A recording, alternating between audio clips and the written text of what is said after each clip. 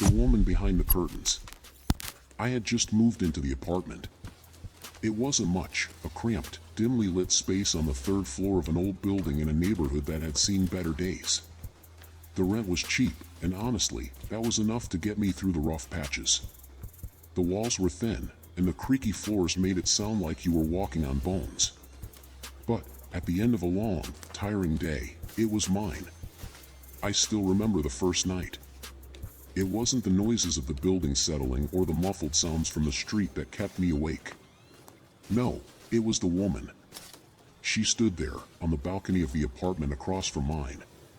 I couldn't make out much at first, just a figure, wrapped in what looked like a white curtain, swaying ever so slightly in the wind. It was the kind of thing that made you squint, unsure if your eyes were playing tricks on you. The moonlight caught the fabric just enough to reveal the outlines of her face, but nothing more. She was staring straight ahead, unmoving, unblinking. I tried to shake it off. My mind must have been tired, making things up. People had balconies in this building, and it wasn't unheard of to leave something out there to dry. But this felt wrong. My gut told me that the figure wasn't a trick of the light. Something about the stillness of it all, how it didn't move, not even when a strong breeze passed by, sent a chill down my spine. The next night, the figure was back. Same spot, same pose. I couldn't help but watch for a while. What was she doing? Was she waiting for something, someone? Maybe she was just lost in thought, or maybe I was just being paranoid. Either way, I couldn't shake the feeling that I wasn't alone in my own apartment. I tried to distract myself with other things, reading, watching TV, but my eyes kept drifting back to that balcony. Every night, she was there, her figure slightly shifting with the wind, her presence almost oppressive. I could feel her eyes on me, even though I couldn't see them. And every night, my stomach twisted tighter with a sense of dread I couldn't explain. It wasn't until the third night that I decided to do something about it. I wasn't proud of it, but curiosity got the better of me. I grabbed my phone and zoomed in, trying to capture a clearer image of her. Maybe it would help explain this. Maybe it would put my mind at ease. I stood at the window, phone in hand, staring through the glass, trying to get a good angle. The woman didn't move. She didn't even seem to acknowledge the movement on my side. Then, just as I thought I had captured a decent shot, the wind picked up, and for the first time, the curtain she was wrapped in fluttered slightly, revealing something darker beneath it. A shadow. Something like an outline of a face, or a figure, something that made my heart thud in my chest. I couldn't look away, couldn't bring myself to pull back. The air felt thick, suffocating, and suddenly, I wanted to run. I wanted to leave, to get out of that apartment, but my feet were frozen in place. I stared at that spot until the first light of dawn started to creep over the skyline, but the woman never moved. Never even acknowledged that I was watching her. The next morning, I couldn't stop thinking about her. I was late for work, but I had to check. I had to make sure that she was still there. I hurried down to the street and crossed to the neighboring building. As I looked up to the third floor, expecting to see her there, I froze. There was no woman on the balcony. In fact, the whole apartment was dark. I hadn't realized it until that moment, but the apartment across from mine had been vacant for years. I'd seen the for rent sign in the lobby when I moved in. No one had lived there in as long as I could remember. The building itself was old, full of history, but the idea that someone could be living in that apartment without anyone knowing, that sent a shiver down my spine. I didn't tell anyone about what I'd seen. I wasn't sure I could even explain it to myself. Maybe I was just imagining things, the stress of the move and the isolation getting to my head. But I couldn't ignore the lingering feeling. I had seen something that wasn't supposed to be there. That night, I couldn't resist looking again. The building was quieter now, and my apartment felt colder, like the shadows had settled deeper into the corners of the room. I stood by the window, my eyes scanning the balcony across from mine. And there she was. The woman, wrapped in the same curtain, standing motionless. My heart stopped. I tried to make sense of it, my mind racing through every possible explanation. but there was no explanation. No way to explain why she was there, or why she was still staring out into the dark. I felt the dread coil tighter inside me. Maybe I should call someone, maybe I should leave, but something told me that it wouldn't help. Something told me that the woman wasn't just watching from across the way. She was waiting. And I wasn't sure for what. But as I turned to walk away from the window, I caught a glimpse of something that made my blood run cold. The woman wasn't standing on her balcony anymore. She was standing on mine. I froze. My feet were rooted to the floor, the air in the room suddenly felt suffocating, and my heart beat so loudly in my chest that it felt like it might burst. I stared at her, the figure still wrapped in the same curtain-like fabric, now standing right on my balcony, her head slightly tilted as if she was studying me, waiting for me to react. Her presence was more oppressive than ever, as though she was no longer a distant figure in my peripheral vision but something much closer, much more immediate. The wind was calm now, the curtain still fluttering gently, but nothing about this felt natural. I couldn't tell if I was hallucinating or if the terror I was feeling was the result of something much darker, something that had moved from the realm of the inexplicable to the unmistakably real. I backed away slowly, keeping my eyes on her, terrified that even the slightest motion might make her advance, might make her realize that I was looking. I reached for my phone, hoping to take a picture, to prove to myself that I wasn't losing my mind. But as my hands trembled, I dropped it on the floor, the sound of it hitting the ground like a thunderclap in the dead of night.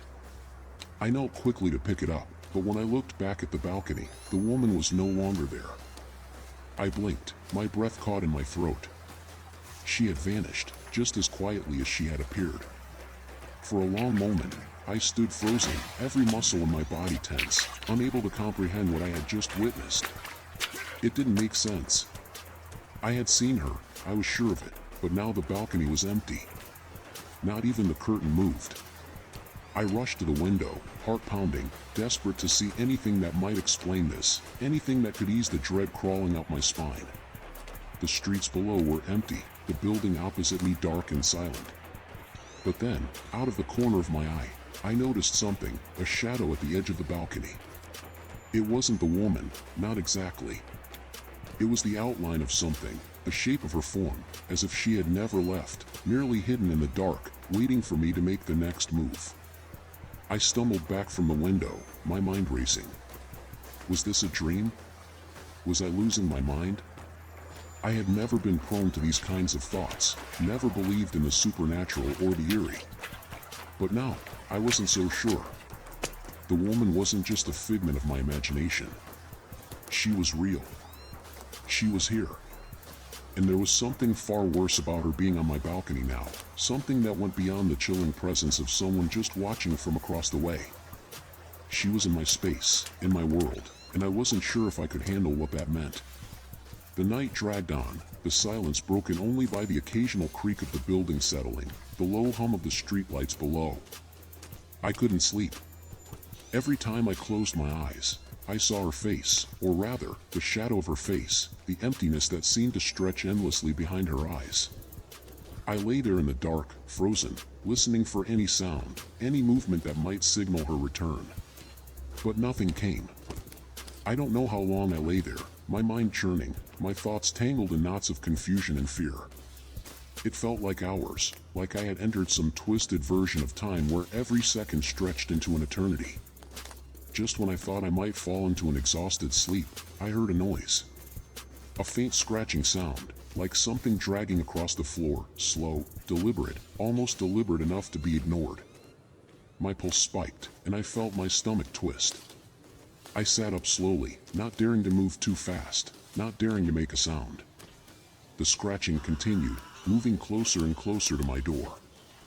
I held my breath, straining to hear any other sound, but all I could hear was the scrape of something that didn't belong. Then, there was a knock. A soft, hesitant knock at my door. I jumped at the sound, my body instinctively moving toward the door, my hand already reaching for the doorknob, but something inside me told me to stop. Everything in me screamed to ignore it, to not open the door, not to give in to whatever dark force was trying to drag me into its world. But my hand reached for the door anyway. I hesitated for one more breath, listening, waiting for another sign. And then, just like that, the door creaked open by itself. It wasn't a loud creak, more like the faintest whisper of wood against wood, but it was enough to send every hair on the back of my neck standing up. I had never opened the door. I hadn't touched it. Yet, there it was, cracked open, a dark void beyond it, stretching into the unknown. I felt it then, the cold. It washed over me like ice water, sending a tremor through my body. And then, I heard it. A soft, whispering voice, almost imperceptible, coming from the other side of the door. A voice I recognized, though it was distorted, like it came from somewhere far away. "Come closer," the voice murmured. "Come see me." I couldn't move. My legs were frozen, my breath shallow. The voice echoed in my ears, too soft to be real, too familiar to ignore. I stood there, caught between the door that had opened without my will and the nightmare that had crossed from the balcony to my room. I knew then, somehow, that nothing about this was a mistake. There was no explanation that could make sense of this. No way to undo what had started the moment I saw her across the way. I took a step forward. And then another. The air grew colder with each step, like something was wrapping around me, tightening its grip. My breath came out in sharp, visible bursts, each one a reminder that I was no longer alone in this apartment. I could feel her presence more clearly now, as though it was a tangible thing that followed me, pressing on my chest with each passing second. The whisper on the other side of the door beckoned me, each word a siren song that promised answers, or at least the illusion of them. I didn't want to move, but the compulsion to open the door was overwhelming, as if some unseen force was making my body obey, dragging me closer to whatever waited beyond. The door wasn't fully open, it stood there, cracked just enough for me to feel the weight of the darkness beyond. The hallway outside was dimly lit, the shadows stretching unnaturally long, like they were trying to reach out and pull me into the void. I reached out, my hand trembling as it hovered over the doorknob. It wasn't as if I wanted to touch it, it was as if the door wanted me to touch it, as though it had been waiting for this moment. And as my fingers made contact with the cold metal, the door creaked wider on its own, like it had been waiting for permission. I stepped into the hallway, the floorboards creaking beneath my weight. The silence here was thick, oppressive, and it made my every movement feel like a betrayal of everything that had once been normal. The walls seemed to close in around me, the once familiar apartment now distorted in the flickering light of the overhead bulb. The shadows clung to the corners, their edges sharp and predatory. My eyes darted from one dark corner to another, afraid to focus too long on anything in case someone, was watching. I had to know. The thought repeated itself in my head, a drumbeat I couldn't ignore. I had to know what the hell was happening, what she was, what was so wrong about this place. But the further I walked, the more I realized that I wasn't just exploring my apartment anymore. I was walking into something much bigger, something far darker than I had ever imagined. This wasn't just about the woman anymore, this was about everything that had been wrong with this building, this city, this world. The weight of it crushed my chest with every step. I reached the end of the hallway, the last door on the left, the balcony door. But when I reached for the handle, the door didn't move. It was locked from the other side. I turned the knob again, trying to force it open, but it wouldn't budge. The darkness around me seemed to intensify, as if mocking my attempts to understand. It was then that I heard it again, a whisper, soft and insistent. "Don't look away. Don't look away." I spun around, heart thudding painfully in my chest, my mind racing. There, standing in the darkness at the far end of the hall, was her figure again, just like before. She was wrapped in that same damn curtain, her face hidden, her body frozen in that unnervingly still posture. She was standing just inside the door to my room, in the hallway where she shouldn't have been, her presence filling the space like an unspoken promise of something I didn't want to understand. My body froze, my breath caught in my throat. How had she moved so quickly? How had she gotten in here? I hadn't heard her footsteps, hadn't seen any movement. It was as if she had just materialized out of the shadows, her form standing there as if she had always been part of this place. I took a hesitant step back, my mind trying to make sense of what I was seeing. the curtains fluttered slightly, even though there was no breeze. The air in the hallway felt thick, charged, like the very fabric of reality was bending, warping around her presence. And then, she moved. Slowly, deliberately, as though she knew that every second of hesitation on my part only made her closer to me. The whispering started again, louder now, filling the space with a terrible urgency. "Come to me. Come see." The voice wasn't her own, not anymore. It was the sound of something ancient, something that belonged to the dark spaces between worlds, to the forgotten corners where nightmares lived. My feet were no longer in my control.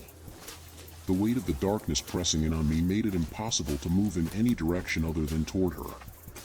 I reached out, almost instinctively, drawn to her, to the promise of whatever truth lay behind that curtain. And then, as my fingers grazed the fabric of the curtain she wore, a sharp scream tore through the silence, a scream so raw, so filled with agony, that it made my skin crawl and my bones ache. It wasn't coming from her. It wasn't coming from anywhere in the apartment at all. It was coming from outside, coming from the other side of the building, from the windows I hadn't been able to stop staring at. The woman on the balcony. She was screaming, her voice twisted with pain, with something so beyond human comprehension that it felt like it was ripping the fabric of reality itself. I yanked my hand back, panic flooding my chest, but the scream didn't stop. It was getting louder, getting closer. I wanted to scream too, but I couldn't. My throat was tight, my body paralyzed. I wanted to run, to get away from whatever this was, but I couldn't look away. My eyes were locked on her, on the woman standing in the dark, just beyond the threshold of my apartment. The one who had been on the balcony. The one who wasn't supposed to be here. The air shifted again, and when I looked up, she was gone. The hallway was empty. The screams from outside had stopped. Silence. Only silence. And yet, I knew she was still there. I could feel her presence, like an invisible weight pressing down on me, suffocating me. Whatever this was, it wasn't over. The silence hung in the air like a thick fog, choking off any sense of normalcy. My heart pounded in my chest, each beat a reminder of how far I'd fallen into this strange, terrifying nightmare. I couldn't shake the feeling that the world had shifted in some way I couldn't understand, like reality had cracked open, and now something dark and ancient had spilled through. It wasn't just a woman anymore, not just the shadow standing on the balcony or in my hallway. It was everything.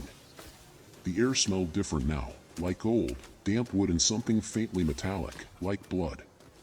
The apartment had changed, or maybe it was me that had changed, as if whatever force had been haunting this place had started to infect me, too.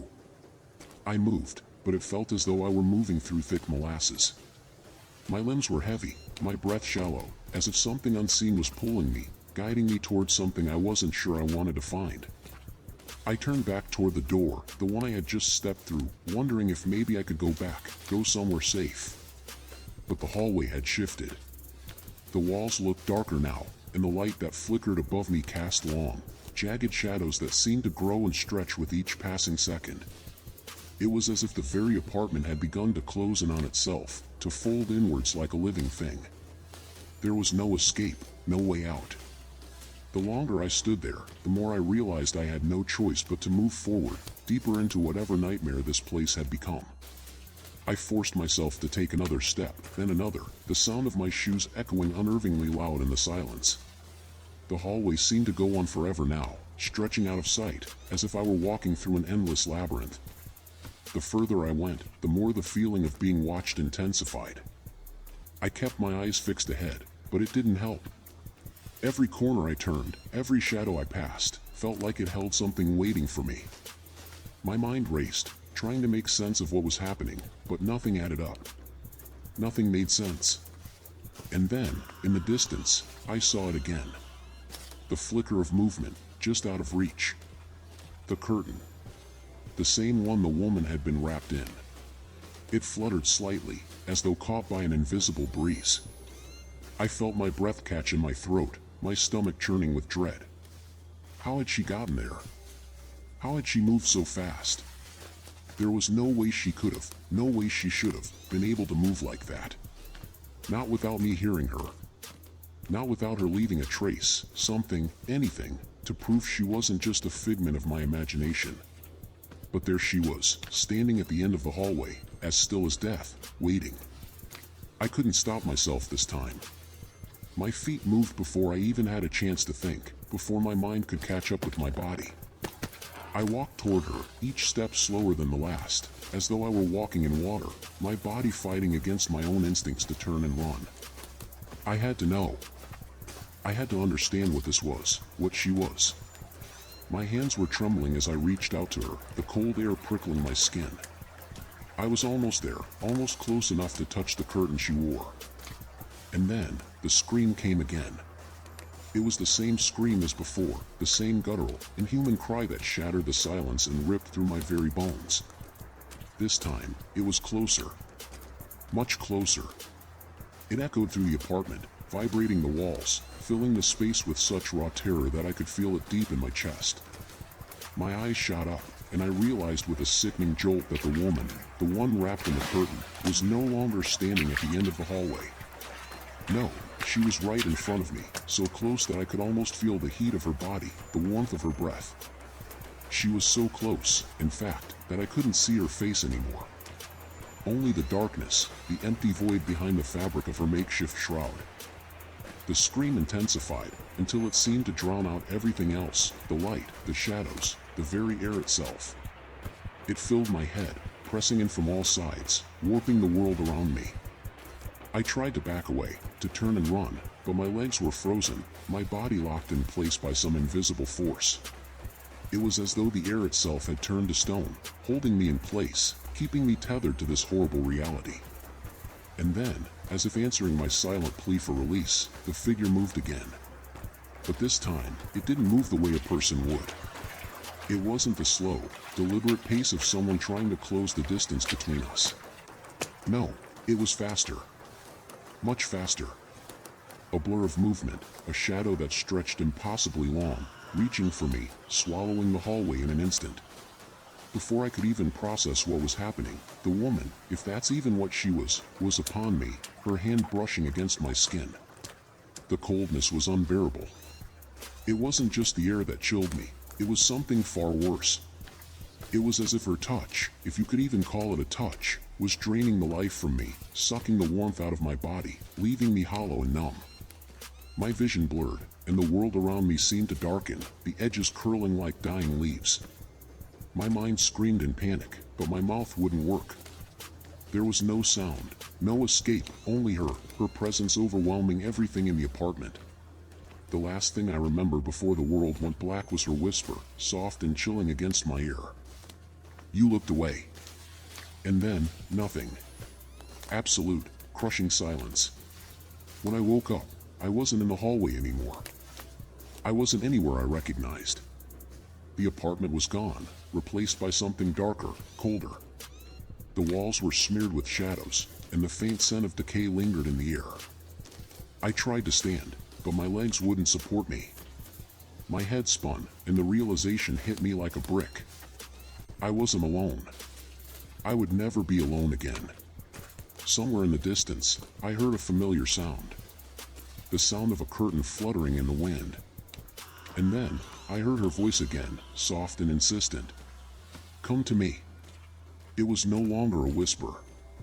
It was a command. And I knew, deep in my bones, that this was only the beginning. I woke up in a haze, unsure of how long I'd been unconscious. The apartment looked like the one I'd just left behind, but it wasn't. The walls had an unnatural dimness to them, the colors too muted, like the light was being sucked from the air itself. I forced myself to sit up, my head spinning, and that's when I noticed something that stopped my breath dead in my throat, the curtains. The same pale, thin fabric that had once clung to the figure of the woman on the balcony was now draped across the windows. The same faint, unsettling flutter, as if stirred by some invisible breeze. But there was no breeze. No wind. Just the air, thick, cold, and suffocating. I rose unsteadily to my feet, the ground feeling uncomfortably soft beneath me, as if the floor itself were made of something malleable, like wet clay. It didn't make sense, but then again, nothing about this night made sense. The air felt heavier now, each breath pulling a little harder, making it harder to think clearly.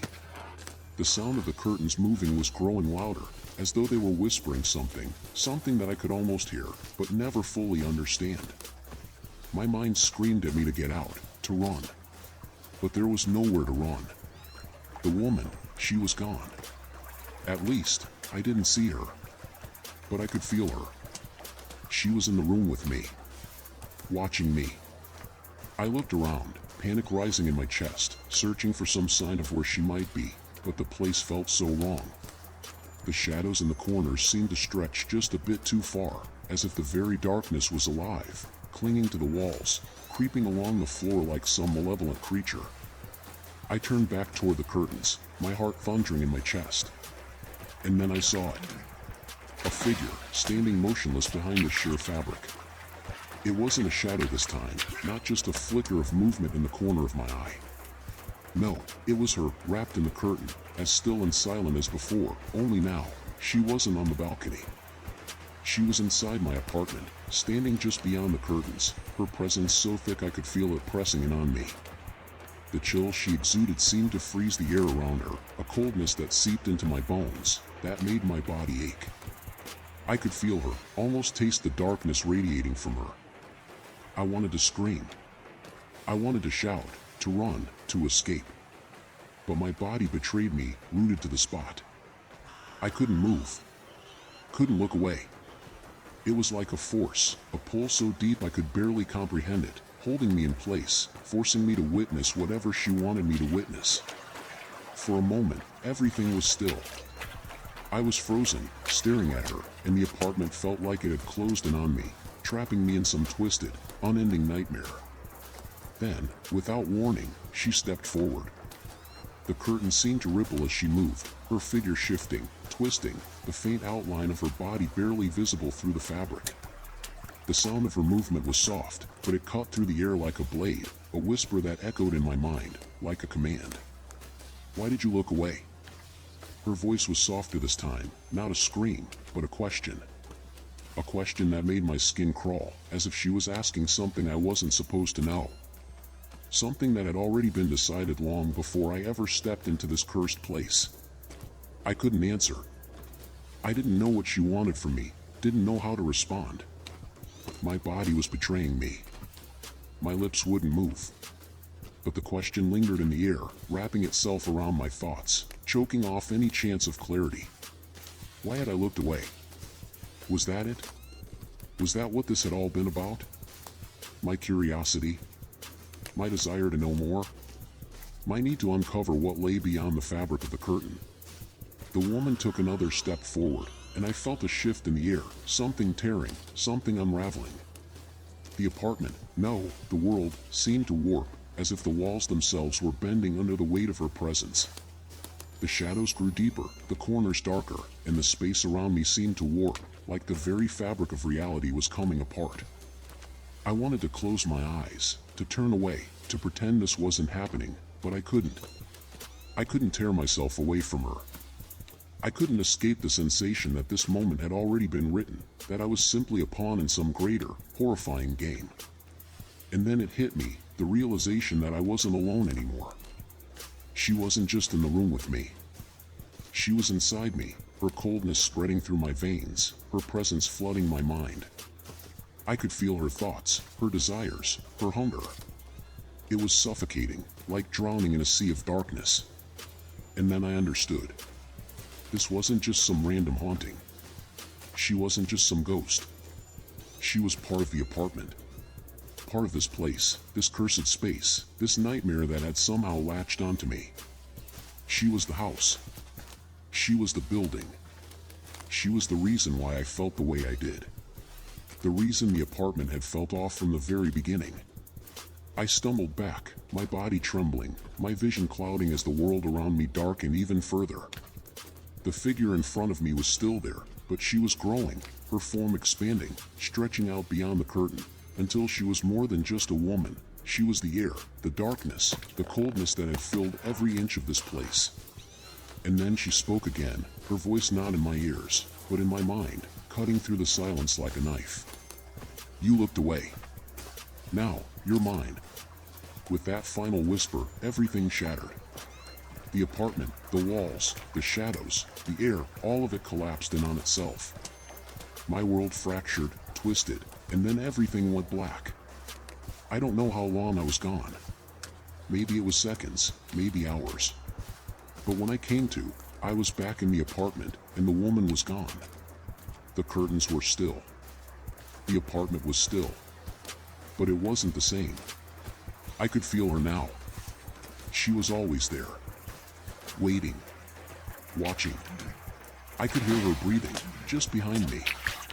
In the shadows. I knew, deep down, that I would never escape. I looked away once. And now, I belonged to her.